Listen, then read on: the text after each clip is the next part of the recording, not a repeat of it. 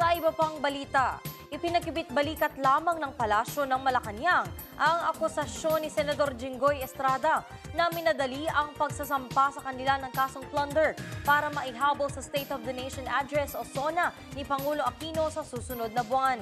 Ayon kay Presidential Communications Secretary Sonny Coloma, wala sa kamay ng ehekutibo ang proseso ng pag-usad ng kaso. Sa halip ay nasa ilalim ito ng hudikatura. Inihayag ni Coloma na inililihis lamang sa tunay na issue ang aligasyong nakikialamang Malacanang sa mga sangkot sa kontrobersyal na multi-billion peso pork barrel scam. Inamin naman ni Coloma na ikinalugod ni Pangulo Aquino ang pag-usad ng kaso, subalit maliwanag aniyang hindi lang ito laban sa oposisyon.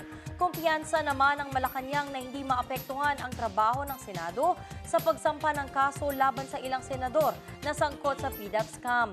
Nauna nang sinabi ni Senador Estrada na minadali ang pagsasampa sa kanila ng kaso para ipagmalaki ni Pangulo Aquino sa kanyang SONA na naipakulong ang 3 senador na sangkot sa pork barrel scam.